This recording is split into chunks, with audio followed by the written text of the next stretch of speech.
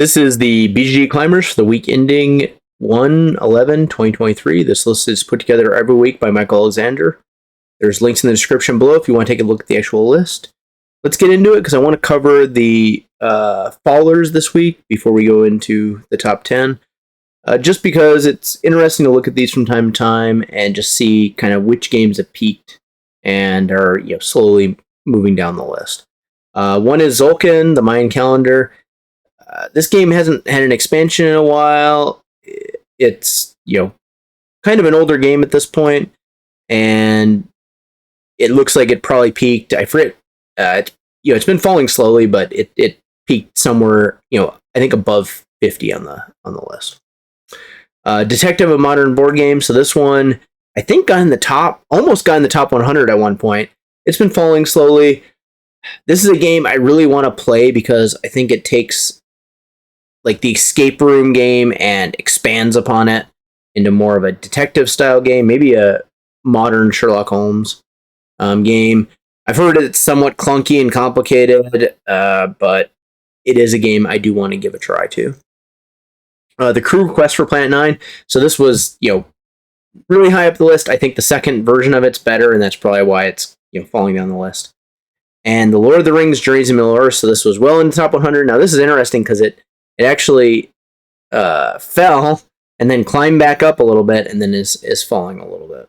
So this game has probably peaked. I think in general people seem to have gravitated towards the Mansions of Madness system a little bit more than Lord of the Rings. I do need to play both of them. Maybe this is probably one I'll play with my kids once they get a little bit older. And Puerto Rico, it's just showing its age, I think. Puerto Rico used to be the top game of all time. It's now 39. I think it hasn't aged super gracefully. They did do New Frontiers, which was a kind of a modern version using Puerto Rico mechanisms. I don't think it was interesting enough. I think that Puerto Rico also requires a lot of it requires the players to all understand all the roles and play in a certain way in order to make the game kind of work. And I think that makes it hard to teach people. And if you've played the game, you don't want to play with new players, and it just makes it, I guess, less interesting for people to pick up. So now we'll go through these. You'll see a bunch of the ones from previous weeks, but we'll get to number 10. Which is Power Plants. So I don't think we've seen this one before. Power Plants, I like the artwork. And doesn't say Kickstarter game, so that's kind of interesting. Every wizard in the neighborhood knows the best spell components are growing fresh, so you're going to grow your spell components fresh. I think the components look okay. Let's see. Eagle Thorns. Okay. I mean, the components and artwork, I think, looks good. We're there. Was it a solo game? Oh, yeah. Best at 2 players, so 1 to 5. So I guess you can play it solo. Area majority, influence, tile placement. I mean, I think area control and tile placement are okay mechanisms, but I don't think that most modern games work off those. Unless it's like a conflict game, one where you're trying to hold regions, maybe like Blood Rage and stuff. Work off that pretty well. Is it going to be in the top 100? Probably not. It's not getting ratings well above 8. We probably won't see this for too many weeks since already mid 7s. I mean, sometimes games have come back from this, but I don't think this is likely to be one of them. So number 10, Power Plants. Number 9, Wingspan Asia. We've seen this for many weeks. This is going to be in the top 100 at some point, I think. It's just a matter of time. It's, well above 8 for ratings. It's Wingspan. It's a 1 to 2 player version of Wingspan, standalone. I think a lot of people are going to pick this up. Honestly, and it works as an expansion for Wingspan, which will probably increase the ratings here. I do want to pick this up at some point, just to add to my Wingspan expansions, if nothing else. So number 9, Wingspan Asia. Number 8, Frosthaven. So I think this is the first time we've seen this in a while. It's likely because people are finally getting an opportunity to play the copies that have been delivered. If you're not aware, Frosthaven is essentially Loom Haven 2.0 in a icy world instead of I guess the Gloomhaven world. I think the Gloomhaven system is really good. I think it brings a lot of unique things to a dungeon crawler. Euro mechanics. I guess we don't have a lot of pictures here of the game itself, though. If you aren't familiar, most people are familiar with Gloomhaven, but it's basically a dungeon crawler with this really good hand management system behind it. And it also has like a legacy aspect, an exploration aspect, I guess campaign aspect, kind of. It has the RPG elements where you're building your character. It has, it has this, element system, which, I think is a little bit wonky and requires a lot of upkeep that's maybe a little bit unnecessary. But on the computer game, I think it all works really well. For me, I'm not going to get Frosthaven. The only version of Gloomhaven I have is Jaws of the Lion, and that's simply that I'm going to play with my kids. Actually, they're almost, once my son can read a little bit more, I think we'll be ready to play it. I'm honestly waiting for the Frosthaven board game, or the Frosthaven computer game. That is my favorite way to play Gloomhaven. I think it works extremely well. We were able to actually play through the whole Gloomhaven campaign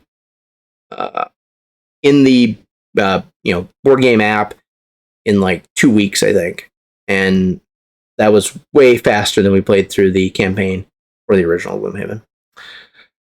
Do I think Frosthaven is going to be a top 100 game? I think certainly it will be. Is it going to eclipse Gloomhaven? I don't know. I would think that a refined Gloomhaven will do better than the original Gloomhaven, but it may not. It may not have that excitement that came with the original Gloomhaven, unless it's doing something super unique. And I haven't watched the reviews yet, but I don't think it's like a massive overhaul. I think it's taking something that works really well and maybe refining it a little bit. One thing I will say is that if they have the adventure book, which I think they had the option to buy it, like the Jaws of the Lion adventure book, that would greatly improve the game for me. The tiles just were not. It's just difficult to set up games and get playing with the tiles. So anyway, number 8, Frosthaven. Number 7, Splinter Duel. So we looked at this for a number of weeks. I just don't think it's going in the top 100. I think this is probably going to be like a top 250 game. But we'll see. I mean, it is picking up steam a little bit, but most two-player games don't tend to get in the top 100. There just aren't a huge amount of them there. Number 7, Splinter Duel. Number 6, Aeon Trespass Odyssey. So this is like a KDM light or accessible game, maybe cheaper game, because I think KDM is exceedingly expensive. And it's doing really well. I guess I passed on all these like Oathsworn, this one, and I think one other one that came out kind of in the same time in Kickstarter. I ended up backing Oathsworn on the second version of it. I kind of regret not getting the first version after seeing it at BGCon. But it is what it is. And this game I'm interested in just because it seems to make KDM a little bit more approachable and a little bit less expensive. We'll see how it continues to do in the ratings, but getting 1,000 ratings in a month for a Kickstarter game is of this size is pretty substantial, and having those ratings above 9, this could be headed in the top 100. We'll have to wait and see. Number 6, Aeon Trespass Odyssey. So number 5, Undaunted Stalingrad. So this one is interesting because Shut Up and Sit Down and a bunch of other reviewers must have gotten advanced copies, and they basically put out the review before I think people even could really get it. This is a campaign version of Undaunted, and it's much more expensive than the original Undying. I think the original Undying was like 40. I think this is like 80 or 90 dollars.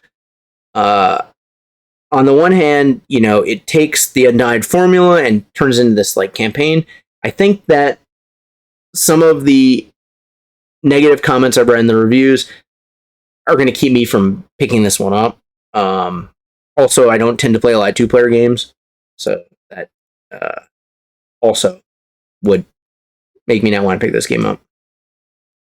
I think at some point I will pick up an Undying game and give it a try. It does look very interesting from a deck building perspective and a unique thematic tie-in with a 2-player war game.